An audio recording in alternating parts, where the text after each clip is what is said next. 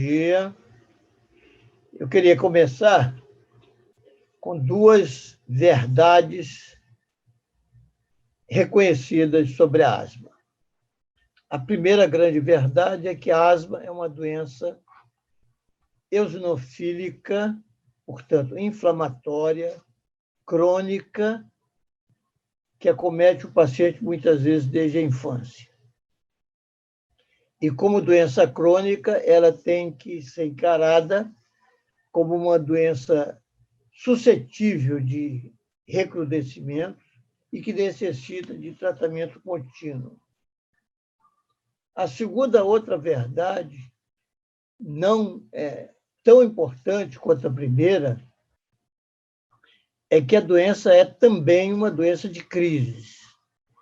Para o doente, ela é principalmente uma doença de crise. O doente se vê frequentemente ou raramente, mas frequentemente, com crises mais fortes ou mais fracas. E, geralmente, nesses episódios, ou ele sai à custa de uso de broncodilatador inalatório, as famosas bombinhas, ou ele vai ao pronto-socorro. Esta figura é um desenho de um menino asmático holandês de 13 anos, para quem foi pedido, ele era um bom desenhista, que fizesse um desenho de si próprio durante uma crise. Ele desenhou isto, ou seja, uma pessoa com evidente falta de ar, com o pescoço amarrado, olhos esbugalhados de pavor, pânico, e num mar de cianose. Essa é a perspectiva de asma de um paciente.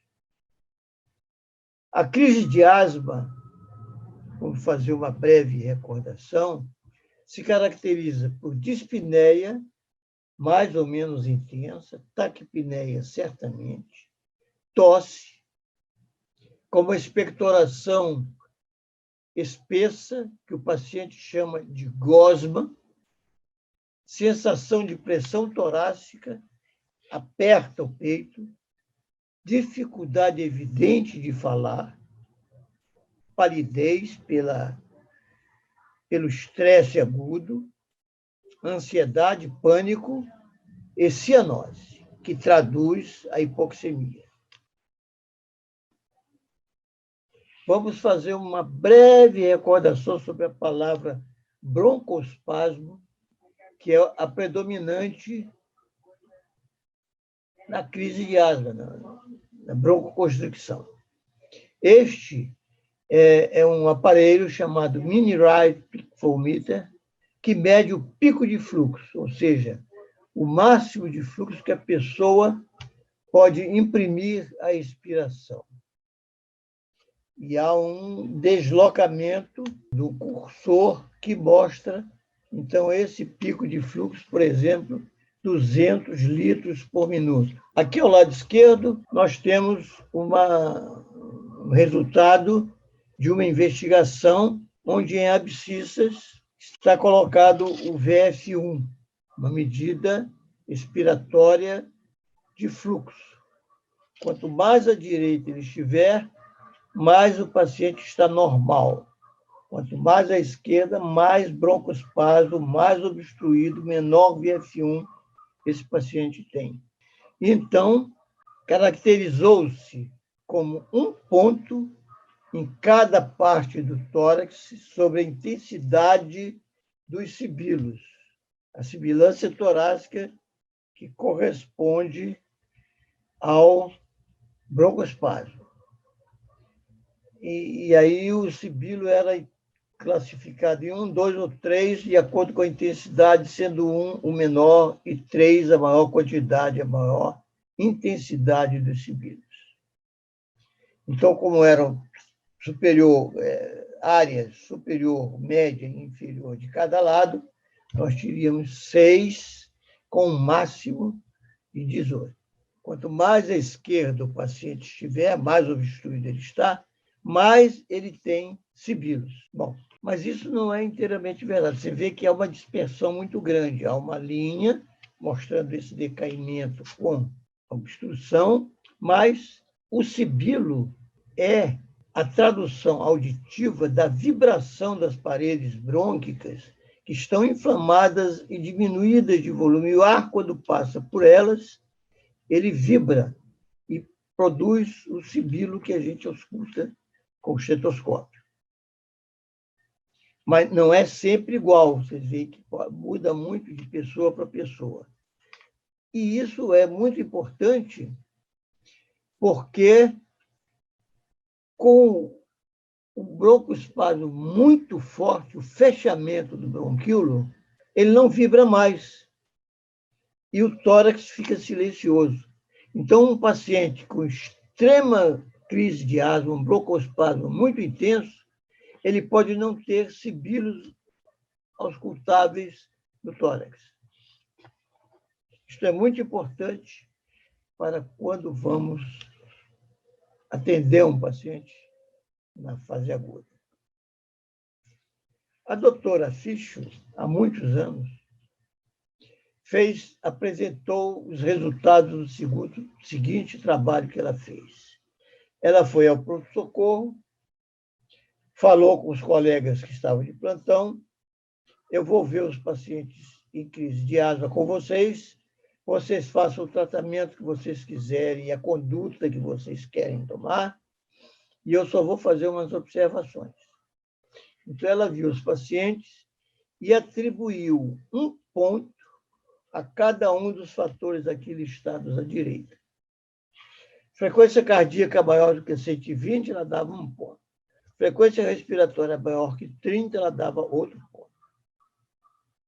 Uso da musculatura acessória do pescoço, que é um grande sinal de dispneia intensa do paciente. A gente põe a mão no pescoço e esternocleidomastoide está se contraindo, ela dava mais um ponto quando o paciente usava a musculatura acessória.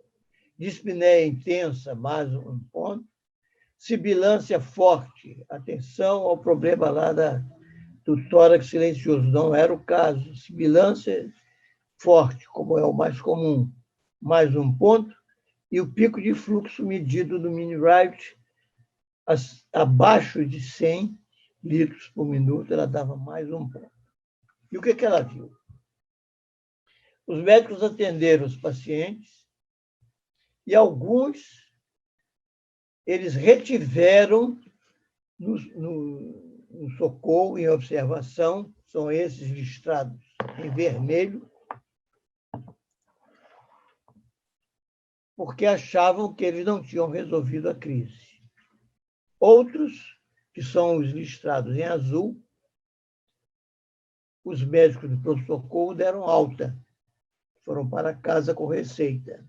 E tem sempre que ir com receita depois da crise.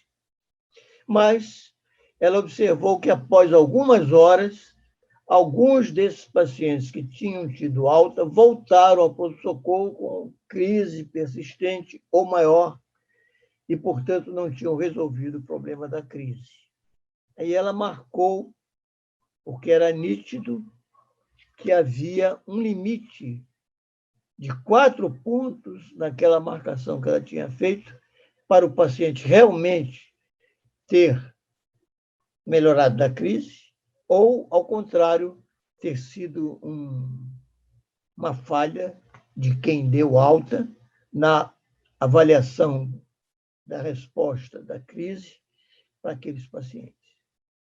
Então, fica a sugestão de avaliação da crise de asma através do quociente de Fischl, doutora Margaret Fischl, que tem um limite com 4 pontos.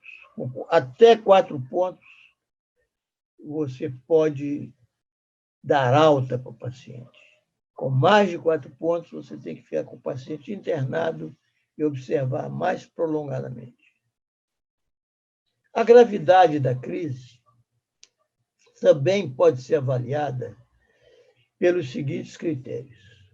Primeiro, o paciente não fala frases ou até não fala palavras, só fala monossílabos, porque falar impede a boa respiração para eles e eles ficam em crise. Então, o paciente só fala sim, não, não é. O paciente não se deita, ele só consegue respirar sentado. Está muito agitado ou, pior ainda, está confuso.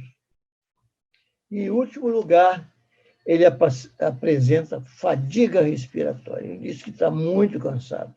Nós vamos ver até à frente como é que a gente avalia essa fadiga respiratória. O reconhecimento precoce de que alguma coisa virá de muito forte é o aparecimento de tosse com a famosa gosma, dispneia intensa, dificuldade de realizar atos correntes. Se ele está bem, começa a ter dificuldade de andar, de sentar, de fazer as suas atividades normais, ele pode estar entrando em crise forte.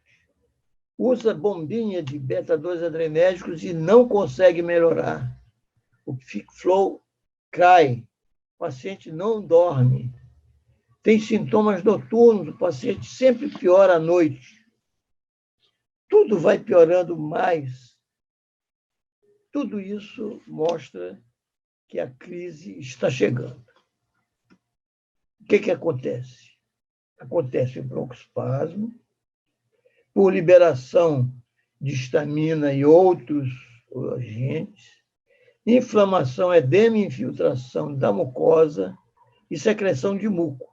Isso nós podemos ver muito bem na figura da esquerda, onde nós vemos um brônquio semidescamado, com muco no seu interior, e à direita nós vemos uma comparação entre um brônquio normal, com a sua luz normal, e um brônquio inflamado, sobre o qual aparece uma crise de asma. Então, o brônquio piora, o broncoespasmo se define. Quais são as consequências importantes? Primeiro, a hipóxia, principalmente por shunt. Segundo, e é muito importante tomar atenção sobre a PaCO2, quando o paciente está em crise fraca, digamos, ele tem hipóxia e ele hiperventila para tentar superar a hipóxia, melhorar a oxigenação. E como ele hiperventila, ele tem uma baixa de CO2 no sangue, de PaCO2 no sangue. Mas se ele começa a ficar com fadiga, a famosa fadiga muscular respiratória, essa ventilação diminui, isso é inegável. E o CO2 torna-se normal e depois aumenta. Isso é sinal de fadiga, o paciente não está conseguindo respirar sozinho e provavelmente vai precisar ir ao respirador artificial. Intubação e respiração artificial. O que precipita a crise? Alergenos, isso é bem sabido, ácaro, pelos de animais, rastros de barata. Segundo lugar, poeiras e fumos, aí incluído cigarro e poluição. Terceiro, irritantes do ar, alguns medicamentos, virose respiratória, que vai desde um simples resfriado até uma gripe forte, até Covid. Sinusite também é muito frequente como precipitadora de asma. Frio ambiente e realizar exercícios, a famosa asma de exercício. Como tratar, que é o foco da nossa aula?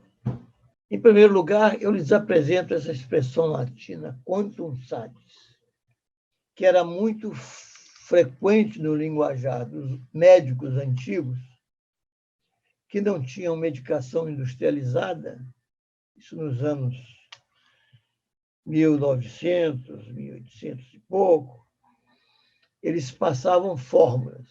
As fórmulas continham medicamentos contidos em plantas que eles formulavam para fazer na farmácia. Tantas gramas de não sei de quê, tantas gramas de não sei de quê, e no final eles diziam quantum satis para completar 10 mililitros. Quantum satis quer dizer quanto necessário. Quanto necessário. Então, o tratamento da asma se baseia nessa expressão. Ele será quantum satis para tirar o paciente da crise. Vocês vão ver os medicamentos daqui a pouco, mas o primeiro princípio é este. O paciente que tem uma crise pequena deverá tomar o necessário para sair dela. Se ele precisa de broncodilatador, ele tomará broncodilatador quantum satis para melhorar a crise. Ele tomará corticoide quantum satis. Se ele tiver crise forte, ele tem que tomar muito remédio, e se ele tiver crise mais forte ainda, ele tem que ir para o respirador. Em primeiro lugar, vamos falar dos beta-2 adrenérgicos, salbutamol, fenoterol, que são medicamentos de primeira linha. À esquerda, nós temos uma curva fluxo-volume. Em azul, a menorzinha, é a curva fluxo-volume de um asmático com broncoconstricção, com fluxos respiratórios diminuídos. 15 minutos depois dele usar inalatoriamente salbutamol, ele melhorou para essa curva vermelha. Então, nós vemos uma nítida resposta broncodilatadora nesse paciente. Também quero deixar bem claro que quanto mais beta-2 adrenérgico inalatório se oferecer ao paciente, mais ele responde com broncodilatação. Então, nessa figura da direita, nós vemos embaixo 200 microgramas de salbutamol. Depois, 300, 400, 500. Quanto mais beta-adrenérgico se der, maior resposta broncodilatadora. E aí vem a tal história do quantum satis. Quanto mais o paciente necessitar, mais se deverá ofertar o beta-2 adrenérgico. É bom lembrar que o beta-2 adrenérgico pode ter resposta de aumentar a frequência cardíaca e resposta de provocar uma leve hipertensão. Muito raramente provocar arritmia cardíaca. Tudo isso deve ser monitorizado e o paciente deve ser levado ao quantum satis com segurança. A segunda droga, o tipo de droga muito útil nessas circunstâncias de crise de asma, é o corticoide. Hoje nós sabemos que o corticoide é definitivo no tratamento da crise de asma. Mas esse slide tem a grande ação de nos mostrar como que se deve usar o corticoide. Quando se usa o corticoide, em qualquer circunstância, inclusive na crise de asma, ele demora a atuar. Por quê? Porque a atuação do corticoide não é nos receptores da parede celular. Ele tem que entrar na célula, ele tem que chegar ao cromossoma, ele tem que permitir a produção de proteínas que vão levar à broncodilatação. Então, ele não é de efeito imediato. A consequência disso é que, quando se pensa em usar corticoide, já se está 1 ou 2 horas atrasado em relação à necessidade. E aí nós começamos com o bonde correndo na frente e a gente não consegue alcançar o bonde quando necessário. Vejamos aqui nessa curva, principalmente a curva da esquerda. É o efeito broncodilatador. Aqui à direita nós temos o efeito de melhora da broncodilatação, e à direita, nas abscissas, nós temos horas. Aqui estão marcadas 1 hora, 2 horas, 3 horas, 4 horas, etc. Então, quando se injeta o corticoide, com 1 hora, nós temos 20% de melhora do VF1. Com 2 horas, nós temos 30% do VF1. É essa a broncodilatação necessária. Então, quando se usa o corticoide venoso, levamos 2 horas.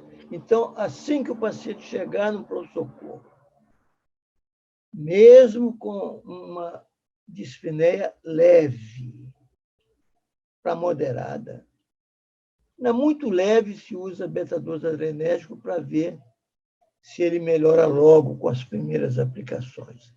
Aplica-se, voltando ao beta-2, aplica-se o beta-2 em nebulizador com fluxo de oxigênio, com 5 mililitros de soro fisiológico, 10 gotas das preparações de salbutamol e fenoterol. Depois se repete isso imediatamente, depois se repete imediatamente, até completar 5 vezes. Mas antes disso, já se faz uma avaliação se o paciente está melhorando. Se ele melhora rapidamente, é bom deixar o corticoide ainda de sobreaviso. Mas, se ele não melhorar, usar logo o corticoide.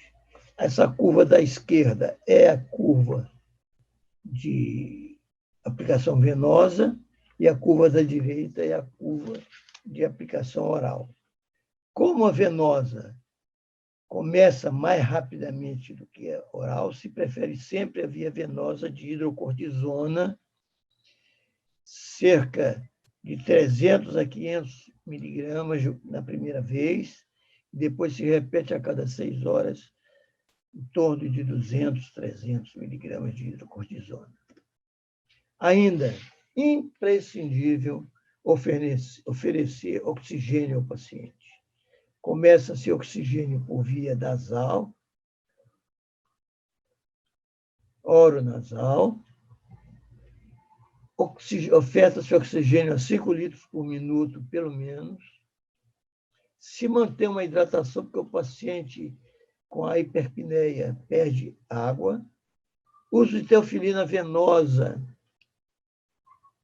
200 miligramas endovenosa. Anticolinérgicos inalatórios também ajudam muito a fazer a broncodilatação e, no caso de fadiga muscular, o que é controlado basicamente pelo aumento, normalização e aumento da PaCO2, o paciente vai para o CTI. Aqui 2 slides muito interessantes. Em ordenadas, nós temos o percentual do VF1 e, nas ordenadas, a PaCO2. Enquanto o paciente está com um VF1 de até 20%, 30% do normal, ele consegue ventilar normal e manter a PaCO2 normal. Quando ele entra em fadiga, ele começa a subir a PaCO2. E aqui, o que acontece após a crise? Este gráfico é uma medida do pico de fluxo, onde em cima está marcada a faixa de normalidade. Cada linha vertical separa 24 horas, então são feitas várias medidas por dia, e se vê que depois da crise, o paciente leva um tempo para voltar a melhorar, melhora, já esse aqui melhorou com 24 horas, e ele melhora e vai subindo, mas com a característica variação da asma cronobiológica, que significa melhora durante a manhã e a tarde e piora à noite e de madrugada. Então, o paciente melhorou no segundo dia, mas piorou na noite e madrugada, depois melhorou mais ainda, vai melhorando até entrar na faixa de normalidade. Então, o paciente precisa de cobertura de broncodilatador, com ou sem corticoide. Eu digo com corticoide se ele tiver usado corticoide durante o tratamento da crise. Então, ele sai do pronto-socorro com uma receita de beta-2 adrenérgico inalatório e corticoide oral durante alguns dias. Ele pode usar até 7, 10 dias depois da crise para ajudar que ele progrida até a faixa de normalidade, como nós desejamos. E, finalmente, eu quero destacar aqui um ponto que é muito raro, mas que é muito importante. O paciente pode morrer numa crise de asma. Vejam bem, isto é um fato muito raro, mas existe. Eu já vi 4 casos de pacientes com desfecho fatal, geralmente pacientes que não chegaram ao pronto-socorro a tempo de ser assistidos de uma forma que nós relatamos agora. A asma fatal está relacionada com fatores psicológicos, sociais, culturais e econômicos, por um lado. O paciente não acredita na crise forte, o paciente não tem dinheiro para comprar remédio, o paciente está afastado do pronto-socorro. E aí entram 2 fatores importantes. A aceitação da doença, que é patológica, não se pode ficar em crise de asma durante muito tempo, tem que ser tratado. Desleixo, às vezes o paciente não só aceita, mas deixa para lá. Os fatores que importam mais são socorro tardio e subtratamento a longo prazo, que significa, geralmente, a diminuição de uso de corticoide.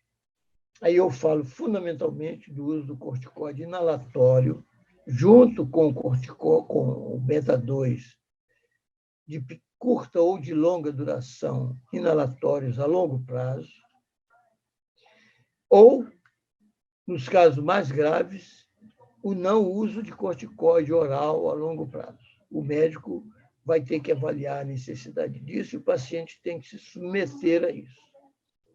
São esses os fatores que geralmente levam o paciente à morte na crise de asma. Volto a dizer, isso é um fenômeno muito raro.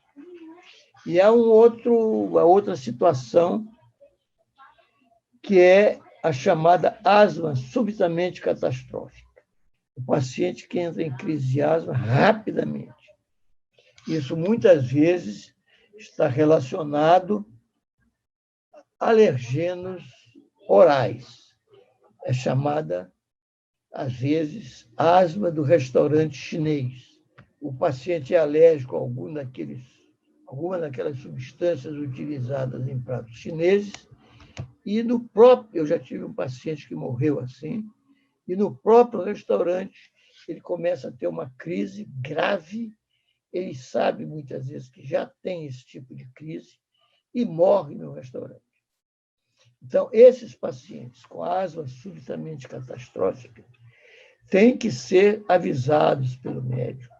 E o paciente deve portar, ou no bolso do paletó, ou na bolsa da mulher, ou no bolso da calça, 2 seringas, cada uma delas já municiada de corticoide, hidrocortisona, para aplicação pelo próprio paciente intramuscular na região externa da coxa, quando tiver uma crise dessas. Então, é uma seringa com corticoide e uma seringa com beta-2 adrenérgico ou com adrenalina, que funcionam como broncodilatadores, para uso rápido, emergencial e evitar a morte.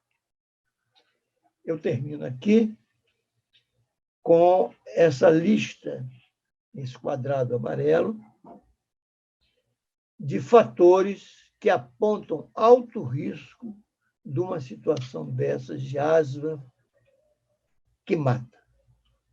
Asma persistente grave, o paciente está sempre muito grave, muito obstruído. Asma instável, onde se inclui a asma subitamente catastrófica. Não aderência ao tratamento, que entra lá em cima no desleixo e aceitação.